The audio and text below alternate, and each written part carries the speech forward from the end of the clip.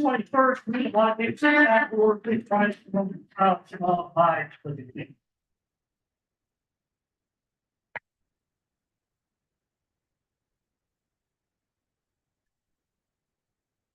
I pledge allegiance to the flag of the United States of America and to the republic which stands one nation under God, indivisible, with liberty and justice for all.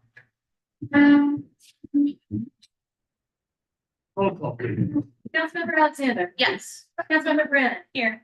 Councilmember Brinker. Here. Councilmember Conklin. Here. Councilmember Missouri. Here. Councilmember Stevenson. Mayor Law. Here. Approval of minutes of the April 7th regular meeting. Motion floor second, correction. Councilmember Alexander. Yes. Councilmember Brannan. Yes. Councilmember Brinker. Yes. Councilmember Conklin. Yes. Councilmember Missouri. Yes. Councilmember Stevenson. Yeah. Mayor Law. Yes. Comments from residents and city taxpayers. It's your name, where you live? Niles Manzouras and live on Renova Road, Millville, Pennsylvania. Last week, I received a copy of a bid proposal fencing at the Lock Haven Airport that concerns me a little bit. The reasoning behind it and more of the money that's going to be spent on it. From the proposal that I saw, all the new fencing is going to exist inside the present fencing. The present fencing we have up around my hangar was designed by the FAA and the Bureau of Aviation. It was constructed by them. It was paid by the present owner of the hangar. And today it is 100% compliant to the FAA requirements for the security fencing of the airport. The new fence in front of my hangar, which would be an inconvenience for me. It's not the end of the world. I'm more concerned about the waste of money when the airport needs funds in other directions and not a fence. They're talking about a roller gate fence across grass, which doesn't work. In the winter, you can't open them because of snow removal. So it traps it in there. The only reason I could see that have that fence is to improve the negotiating position that the city would have on a through fence agreement. On that subject, I've checked with the solicitor. I had a meeting on Friday last week. I've talked to him on almost a weekly basis to make sure that I and the other guys on the residential agreement are up to date.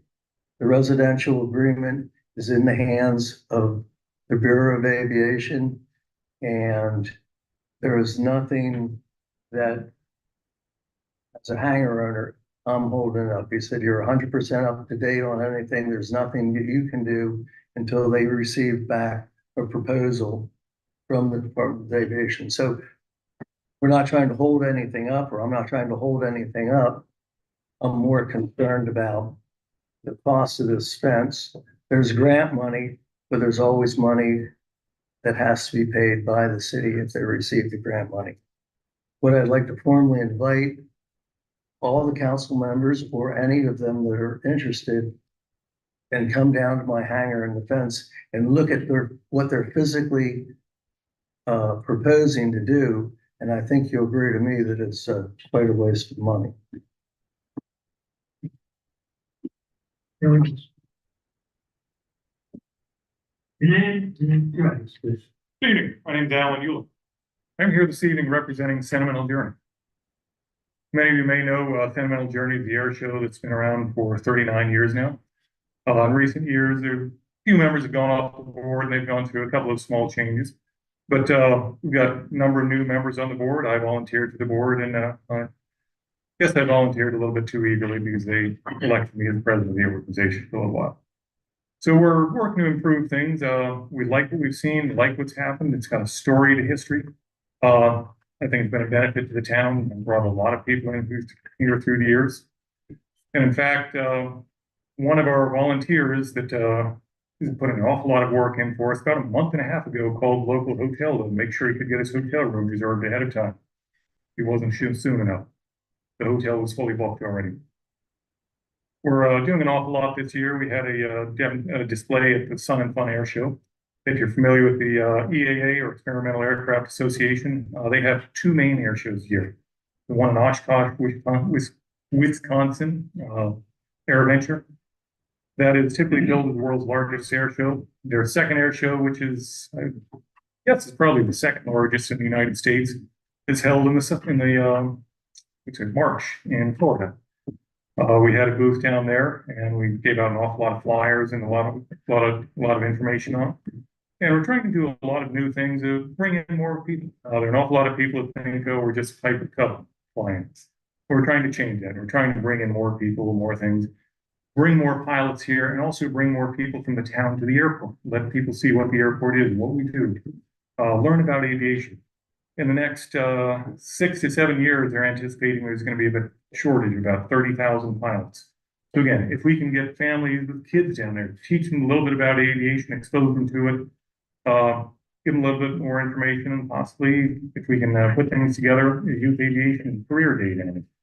So these are some of the things that we're working on. One of the opportunities that we've managed to put together for this year, and we're still finalizing some of the details of it. I don't know if any of you have heard of STOL or STOL competitions. STOL stands for short takeoff and landing. They're competitions you can see nationwide. They're really popular in Alaska, where they've got a lot of backcountry strips. But pilots with somewhat specialized aircraft and skills that are far better than my skill sets will compete at these competitions. And the challenge here is to take off in the shortest distance. Push the airplane up, set it with the wheels right on the line. Pilot hits the throttle and he takes off. And they say, who can get their wheels off the ground in the shortest distance? And it's amazing to watch. Some of these aircraft will be off the ground in the length of the airplane. Again, some of those aircraft are modified and highly specialized. But a typical aircraft like we're expecting in here, we've been working with Cub Crafters, a company that's building, I'd say, a modern version of the Piper Cub, so to speak. They'll probably be off, and some of those airplanes will probably be off the ground, and I would guess about 50 feet.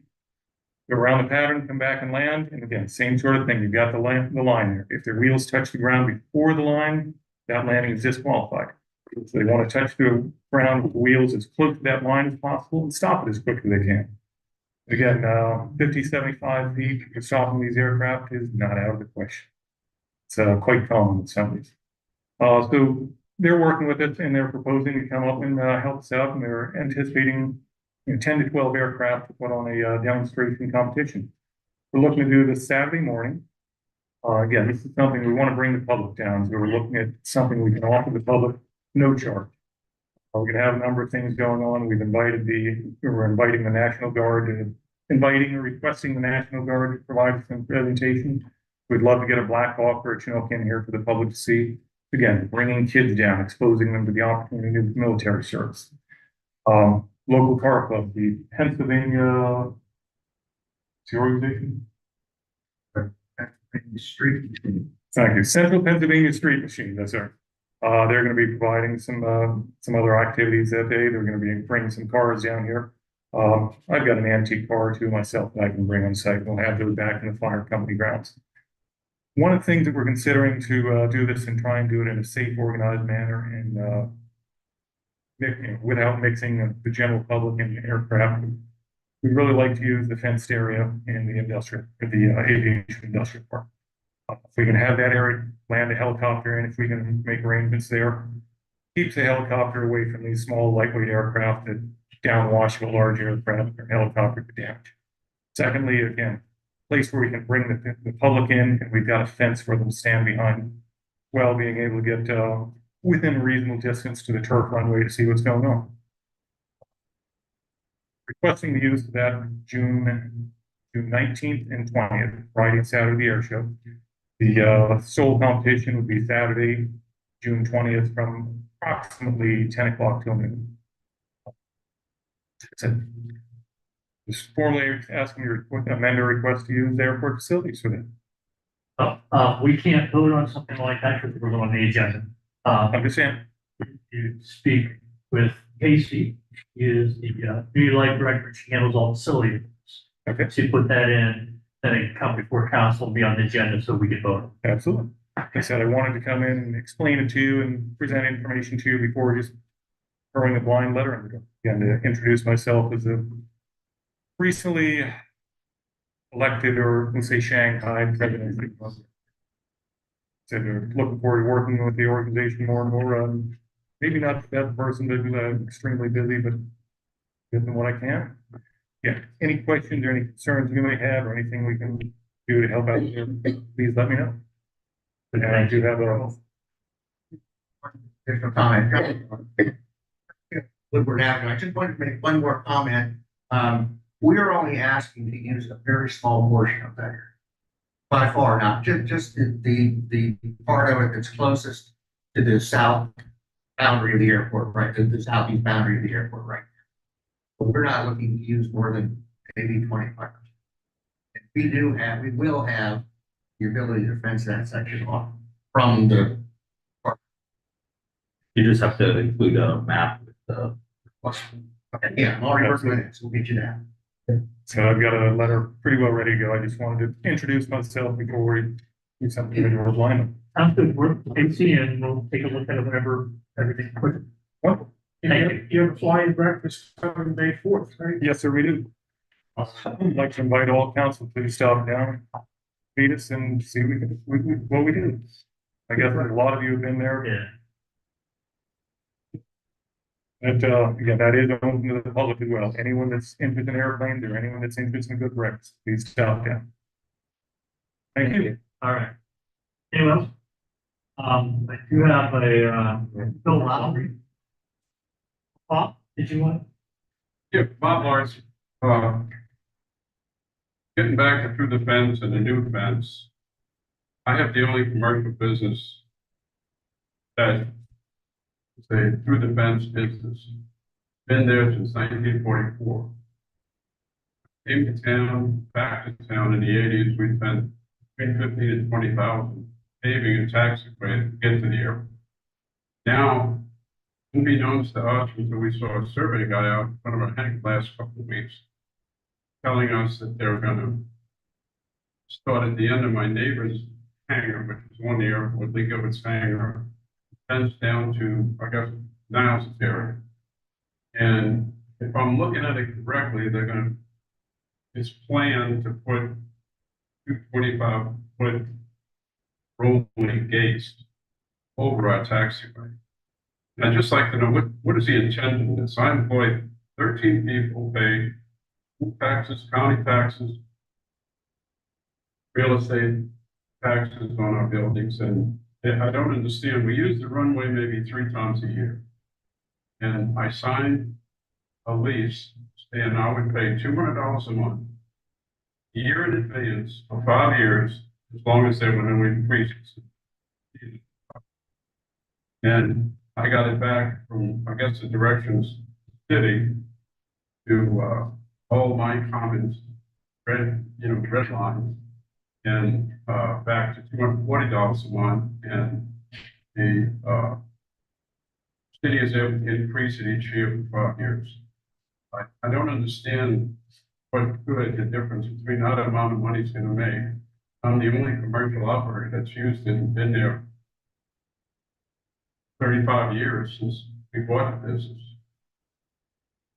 Can anybody explain that to me here? What's the sense of putting a fence within a fence? And we already got a high legal FAA approved fence, right? That has a gate on the corner that's been broken open for years. Well, the fence that's being put in is being paid by the FAA and Bureau of Aviation at their direction and request. It is not the city's idea, it is the Bureau and FAA's idea that go in. Also, that's why they're paying. No, the responses that you receive to your original proposal for the lease, that was sent to the Bureau of Aviation and FAA. The edits that came to that were from the FAA and the Bureau, not the city. It's forwarded to you by the city solicitor, who explained that in that letter and email. So the FAA will not permit some of the edits that were made, they will permit some others. Those that they had issue with, they did provide that information to the city, which was provided to each of the through the fence operations. Until they be compliant with the FAA's rules and regulations for their standards and the amount they will accept, the amount to be paid by each of the through the fence, then they won't be able to be executed. Of the 5 people that are through the fence by the commercial, not, it's gonna have to pay the same fee. According to the Bureau of Aviation, they were sent the fee that had been proposed, and according to them, they said they thought that was low. But the $240 is what they said should be paid. And the only exception to that would be a reduced fee for the Piper Museum, according to the Bureau of Aviation, because of their charitable status in So the- aviation. So you're saying, I don't doubt it, but you're saying the FAA came to you, said it should be done this way. That's exactly what the letter to you from our solicitor explained. So I would recheck the correspondence, because that's where you're gonna find the answers to most Well, of it the certainly questions. doesn't make sense. I'm not saying the FAA or Bureau is meant to make sense. I'm just the messenger. All right. In your letter, I just don't understand it's $50,000 to put a fence within a fence. And how are we gonna roll open the gate on a taxiway across the grass in winter for a 40-foot airplane, and you're only gonna have 50 clear feet? I mean, that's unsafe. That's a question for the engineer, because the engineer is the one who drew up the plans to FAA and Bureau specs, sent it to the FAA and Bureau for their approval, so that the grant could be issued. our present fence are compliant, present time. The additional fences would only come into effect or have any bearing is if we did not have through the fence agreement, of which residential agreement has not been presented to us yet. And so, and in your back up a little bit, in your letter to city council, July 7th, July 7th, you stated in that the FAA would be willing to meet with each one of the leasers in person to discuss that. There has been no communication, there's been no negotiation with anybody. So Yes, that's a very good question to ask the FAA. They're the ones who offered that. They have not followed through on that with you. You would want to reach out. I suppose the idea of a fence, like I say, it's not gonna be the end of the world for me. I have a little Piper Cub that I flew 10 hours last year. It's a museum piece, it's a special airplane. That's where I fly. If you take the through the fence agreement, that's another $3,000. The insurance that is gonna be required is another $1,500. Break that into 10 hours, you're increasing, every time I fly that airplane, it costs me $400 just to cover the regulatory things of it. So it takes the fun out of I use it to take rides to people that come into the area. I taught my kids how to fly in it. It's just a toy. And now that toy is gonna cost me, because of these rules, another $400 an hour every time I get in it. Doesn't seem fair, that it doesn't seem to promote aviation or the air. I know it can be frustrating, certainly. And certainly we wouldn't be in this position, as Mr. Williamson and Mr. Larson know, when they met with Mr. Marcinkiewicz in 2005, putting the through the fence agreement into place and the fencing. And the minutes for that have been provided to the Bureau of Aviation, and they were both present at. It was no surprise to them. This went undone for that years, because they knew it had to be implemented at that time. It was not implemented at that time. The Bureau has subsequently found out that that was never entered into, and now it is an absolute requirement the through the fence agreements be completed as part of process of drawing down the city's projects. We have 3 major projects left open, plus the through the fence agreements. Those things need to be completed in a timely manner in order for an airport authority to ever be considered for operation. So those are the 4 major projects that still outstand, through defense being one of them, which I wouldn't call a major project because it's not capital. But the other 3 projects, one is a $500,000 self-fuel system that's being installed. 100% of that is being paid for by the FAA and Bureau, and that'll go in this year. Repaving of the access road and the parking area. That is also a project that the engineer is working on, and that'll be funded by the FAA and Bureau without local share and the fence. I heard a rumor that funding on that was held up because of Mr. Trump.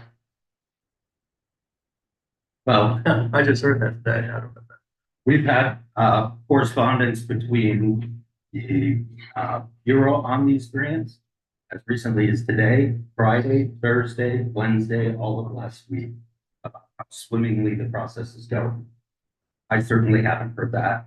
As a rumor or a fact. Anyhow, what you're saying about the delay of these things, I just wanted to bring up again that I checked with the solicitor, and I do that often, that everything that I can do on my side. I'm just waiting for, so I'm not holding up this process. Wait, you've been trying to get word in for a while. Chief, you've been trying to get my attention. Did you want to say something? Yeah, well, I would probably have some David area. How much money have we already flushed down and drained this through the fencing with this spike fence they put in overnight? Did you have FAA clearance to do that? Then over one night, all brand new fencing stuff that was torn down. Know that. You know, when's this gonna end? We have a fence, I was involved when it was put in, that is fully functional, except the gate doesn't work. And it would meet everything that they require. St. Mary's Airport, they have a restaurant field, they get all kind of funding, they're a 3rd-class city, they don't have theirs all locked down. I'm 4th fence, to be honest with you, keep animals and people out. What's happening down there now is, it's actually kind of humorous. We're out back, of course, you're closed on weekends when people want to fly. It's hard to drive around the airport. We had around, say, what's going on? A woman said, well, it's a quiet place to teach my daughter to drive. She was out on the airport teaching. There's 5 gates that are unlocked down there. Tried to talk to people, but we get no response from anybody. We're gonna have a meeting with you, you cancel that. We've been called, you're supposedly the airport, whatever, liaison or whatever. You're pointing to me, but I want to be. We called you twice. Nobody has. I've told you twice. Well, you and I spoke, you and I did speak. Okay, sorry. All right. And like, there should be somebody that talks to us. We're the only 5 people in the whole world, not just United States, that are gonna be charged to land in an airport.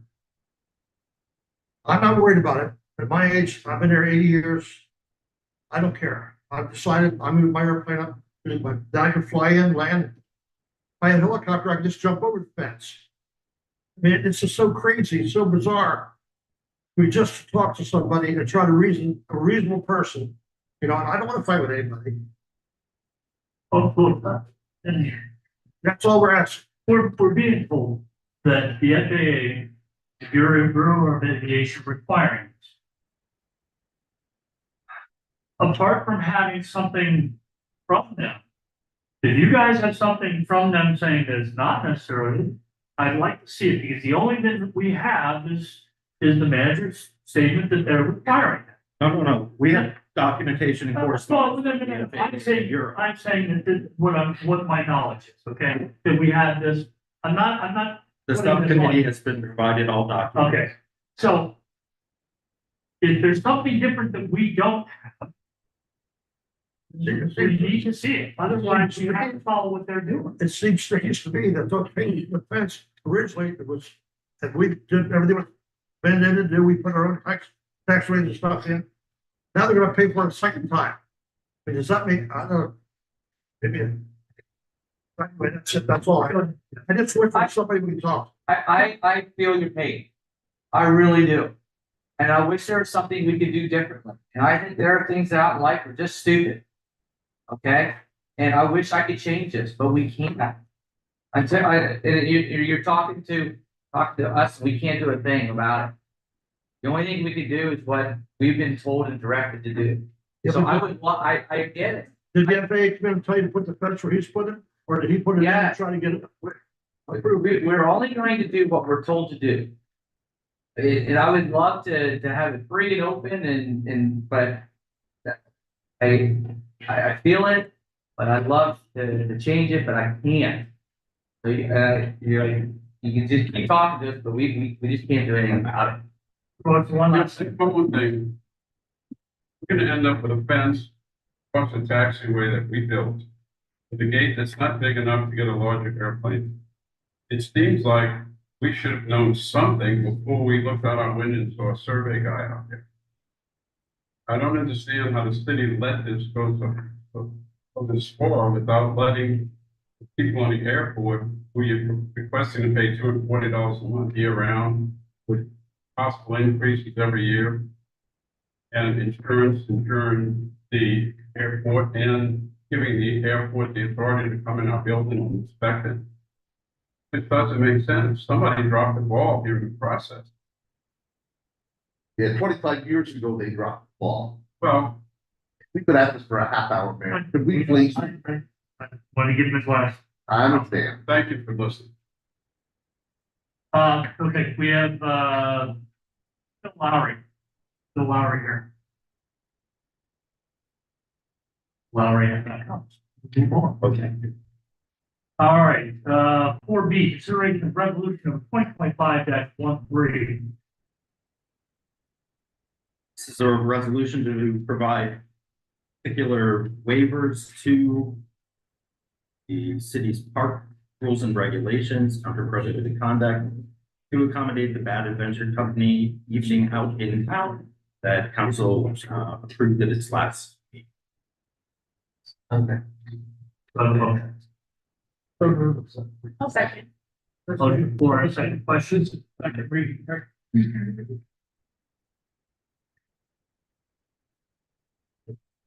They clarified. Yeah. Yeah, they clarified. And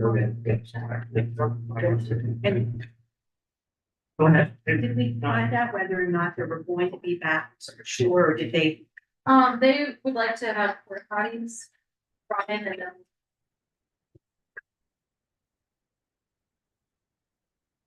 Anything else?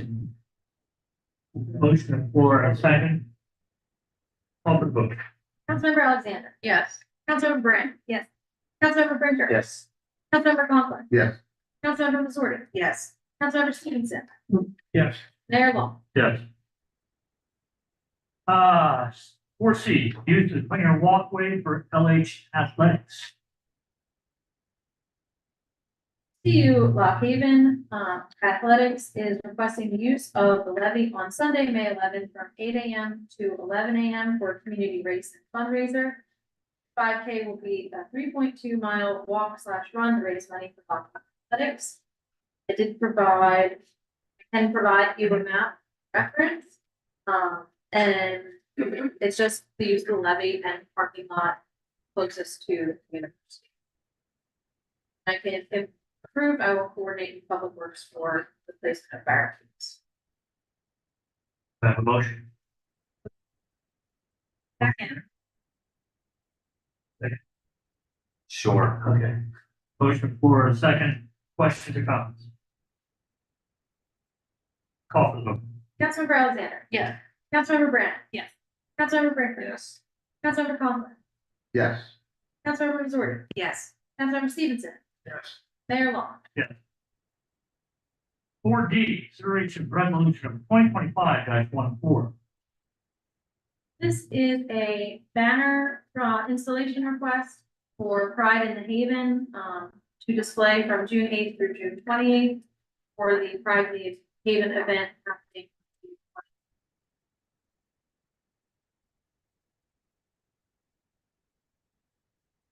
I move approval. Second. Motion on the floor, second, any questions? Call for the vote. Councilmember Alexander. Yes. Councilmember Brand. Yes. Councilmember Brinker. Yes. Councilmember Conklin. Yes. Councilmember Missouri. Yes. Councilmember Stevenson. Yes. Mayor Long. Yes.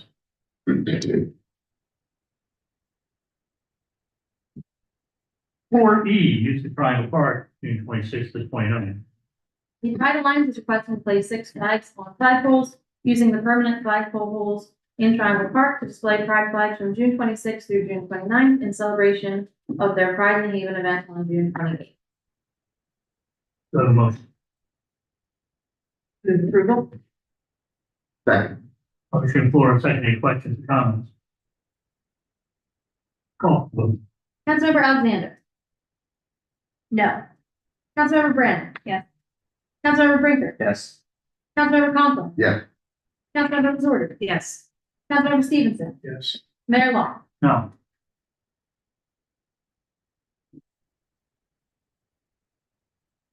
4F, POH street closure. Downtown Lock Haven Inc. is requesting the approval of a rain date for their July 25th street closure to July 26th. So the closure will take place at the same time, just on a different day in the event of bad weather. I believe they are planning a lot more for that Friday evening, so they want to make sure it falls. Let's switch counts. Move approval. Second rain date. We have a motion and a second. Question or comment? Call for the vote. Councilmember Alexander. Yes. Councilmember Brand. Yes. Councilmember Brinker. Yes. Councilmember Conklin. Yes. Councilmember Missouri. Yes. Councilmember Stevenson. Yes. Mayor Long. Yes. We have any other requests? I have none, Your Honor. Unfinished business, 5A, consideration of ordinance number 2025-04. This is the second reading of the repeal of chapter 394 water in the city of Lock Haven Code and replacing that with this ordinance. This updates some of the rules and regulations that were required by the Public Utility Commission to be included, as well as updates the rates, which would go into effect May 1st. Do I have a motion? Second. Motion for a second. Any questions or comments on the motion?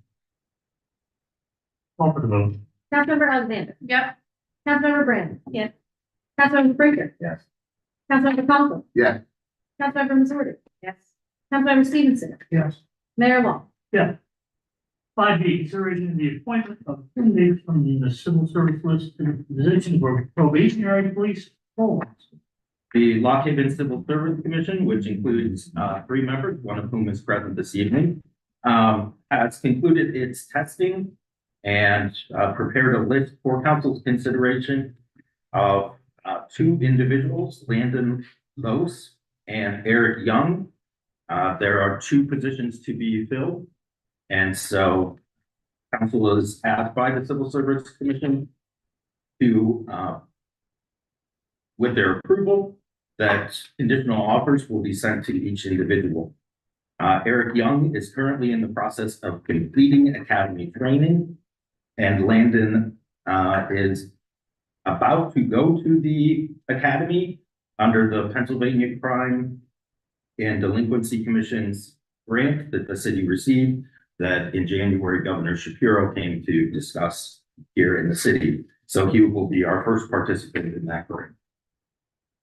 Do I have a motion?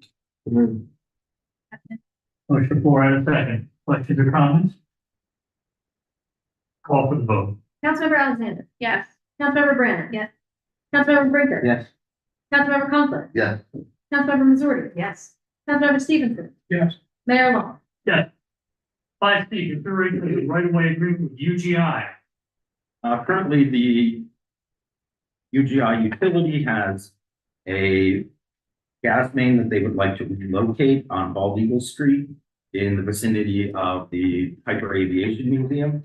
And so this right of way agreement will enable them to move it off of city property and into the public right of way on Bald Eagle Street.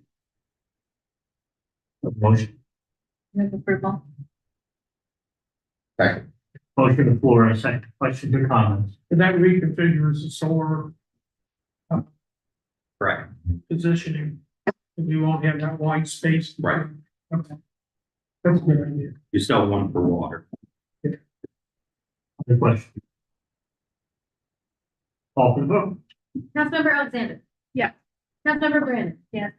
Councilmember Brinker. Yes. Councilmember Conklin. Yes. Councilmember Missouri. Yes. Councilmember Stevenson. Mayor Long. Yes. 5D, consideration of the right of way agreement with PP&L to locate the electric line. So this would be again near the Piper Aviation Museum, just down from that. Right now, PP&L would need an easement to put in a pad mounted transformer and then go under East Bald Eagle Street to connect to an existing pole that is near Nessa Road Contracting's property across the street. So this right of way would enable that to take place. Do I have a motion? Second. Thank you. Motion for a second. Any questions or comments on the motion? Call for the vote. Councilmember Alexander. Yes. Councilmember Brandon. Yes. Councilmember Brinker. Yes. Councilmember Conklin. Yes. Councilmember Missouri. Yes. Councilmember Stevenson. Yes. Mayor Long. Yes. Do we have any other unfinished business? We have none here. Okay, new business 6A, consideration of the extension of the electric agreement with Constellation. So this is two separate agreements. The first Constellation agreement is for a 3-year term for all city meters and any to be added in the future, excluding the wastewater treatment plant. The second agreement is solely for the wastewater treatment plant's meter on South Canada, and that is for 1 year. Do I have a motion? Second. Motion on the floor and a second question. Call for the vote. Councilmember Alexander. Yes. Councilmember Brandon. Yes. Councilmember Brinker. Councilmember Conklin. Yes. Councilmember Missouri. Yes. Councilmember Stevenson. Yes. Mayor Long. Yes. 6B, capital projects 2025. Council is asked to enter into agreement for engineer services if agreeable to undergo $3.6 million in improvements to the wastewater treatment plant. These include $1.6 million in replacement of the ultraviolet disinfection system, which is now outdated and no longer able to get parts for repairs. The replacement of the influence screens, which have worn out over 10 years. New plant control SCADA system. The refurbishment of the Vault 71, which is down at the end of not Hampton, Highland, sorry. I had a brain freeze for a minute. At the end of Highland, it's a degrading manhole that we've talked about at least for 10 years. That would be done as part of this. Effluent filter media replacement and influence screen room heating system, which is the least expensive at $25,000. But in total, it's a $3.6 million project. The city will seek funding from Penvest for that. It is something that the partnering bulk customers of Cascade, Woodward, East Nittany, et cetera, will see as part of their future invoices for treatment costs. So we will be providing, if council is agreeable to pursue the funding, we'll be providing each of them information about how much to anticipate that will cost them in addition to their current cost, so they can help budget for that well. If we approve the engineering services proposal, how long until all of that gets done? A year, 2 years? No, we actually anticipate that the permits, 2 of the projects need DEP. That's the ultraviolet system and the influence system. We have to have permits for those two to make the application to Penvest. Those permits are expected sometime in June. We should be ready to move forward then for the November application for Penvest. If it does get awarded by Penvest, it would be in January of next year. And we would do a letter of no prejudice to be able to start some of the project planning as soon as possible. But the major project construction wouldn't happen until January of next year. But the plan, the engineering design will take place this year, or at least the two major projects should be completed by June of this year. I have another question, please. One of the first times I've ever seen it in all the contracts that I've done myself professionally and over here at City Council in the last 18 years is interest during construction. On the bid tabulation under administrative and legal. And it's 85,000. So if I do my math, you divide the 265,000 into 85,000, it's a 0.3207. So to get a percentage, you multiply times 100, still correct? That's 32.07 interest rate that they're tacking on as fees. Now they're getting fees, and I can see a reasonable interest rate like 8% because it's going to take a year, because that's not during the construction. That's administrative to get ready to go to do all the planning for it. So they'll get their money in a year for that. So why 32% interest? I think that's way too high. That's not precisely what that is. So What it says, that's why I'm reading it. now the $85,000 is the estimated interest during construction. The way Penvest works, each of the Penvest loans that you have had prior to me through today, during the construction period, rather than pay the monthly interest per se. So if next month, because we drew down part of Penvest, next month the bill is $1,000, you ask Penvest to pay that $1,000, and they add that onto the total project cost. So in the estimate of $3.6 million, that 85,000 is included in that. Now you could just as easily not ask Penvest to add that in, and you would potentially save the $85,000. But you can also wrap it into the 1% loan that Penvest will be off, pay out of pocket right up front. So in essence, you're deferring each of those monthly payments until the entire construction project is done and Penvest goes into full effect. So they're not asking for any money at all till the end of the project. No, they will bill us. Penvest? No, Wind Ops. Oh, no, that's separate. That doesn't go to Wind Ops. The 85,000 goes directly to Penvest. If it came to that much. Engineering, legal, and administrative, it didn't say Penvest. Right, but the legal services, that wouldn't be them. That would be our lawyer. Administrative and permit fees, that would be fees to DEP, places like that. Yeah, I can see those. It just would, the interest during construction is what it says. And that's what threw me for a loop. But 32% interest is, over a year. And that for a 2-year period even. That isn't being fronted by anybody. It's just something that Penvest will waive that payment and instead put it, it's the easiest way to say it. There's a process to it, but Penvest basically lumps that monthly payment into the total amount that you'll owe back so that you don't have to technically pay that during the construction period. Engineering, I might be able to offer just a little bit of clarification to help explain it. You are right for the most part. I think it's the mechanics of it. When the construction starts, you'll have a contractor that's working for you. At the end of the month, the contractor submits an invoice to Windows and Foreman, they look at it, say, yeah, this is appropriate, and they present it to your city manager for approvals and payment to the council. Once he receives that, the contractor needs their money, they bought the equipment. Once you have that payment, you do the paperwork, start submitting it through Penvest, particularly the first application to Penvest takes quite a bit of time before Penvest gets the check back to you. Meantime, the contractor needs to be paid. So typically what happens is the municipality will take out a short-term bank loan. PennDOT is very particular about the terms and conditions of the bank loans. That gives you the ability to pay the contractor from your bank loan.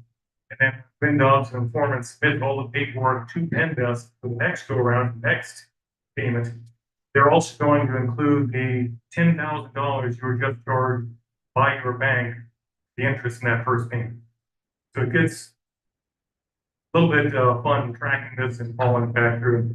Yeah, I hope I'm not stepping on toes. I'm trying to offer another perspective to the engineers.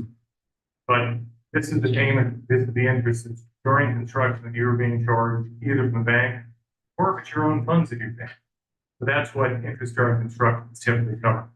What you pay during the construction phase, as well as what you are paying to PennDOT for their interest as it is built on it. You've got to get two different things. I'd like to get a motion from the floor here. We can continue the discussion. But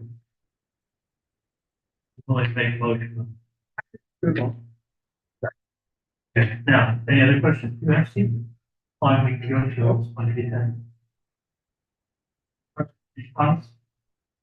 Call for the vote. Councilmember Alexander. Yes. Councilmember Brand. Yes. Councilmember Brinker. Yeah. Conklin. Yes. Councilmember Missouri. Yes. Councilmember Stevenson. Yes. Mayor Long. Yes. 6C, consideration of commercial loan, 15,900 to LSS. We actually have one more item under D. Oh, I'm sorry that I missed that.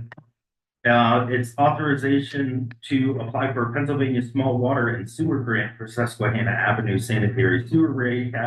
This will be resolution number 2025-15, and information about that is included in your packet, and the city planners here to address just a little bit. So, we're requesting, from the Commonwealth Financing Authority, to rehabilitate the Susquehanna Avenue sanitary sewer line. $500,000 is the max, request amount for that grant program. With council approval, there is a 15% match, which is $5,000. Estimated project cost $1,600. We did up a little bit smart match. Just to make the numbers clear.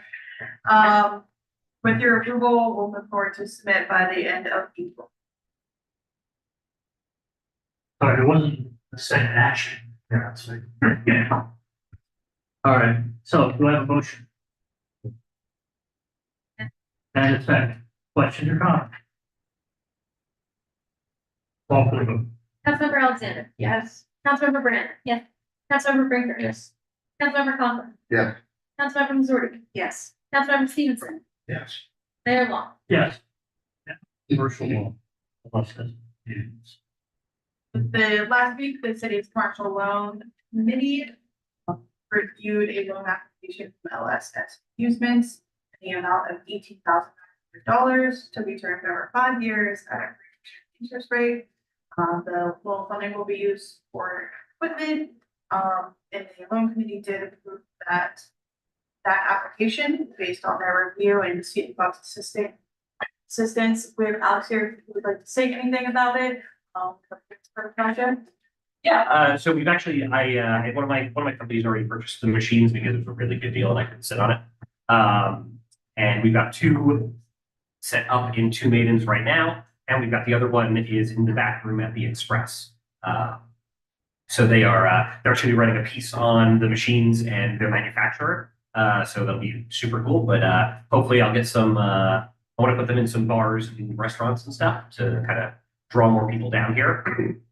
I've already had, there's a community up in Belmont that plays pinball and stuff, and I've even brought people down to our businesses down here because of these machines. So that's part of my goal with them, to draw people our way. There's a lot of pinball enthusiasts, myself included, that will travel for these machines.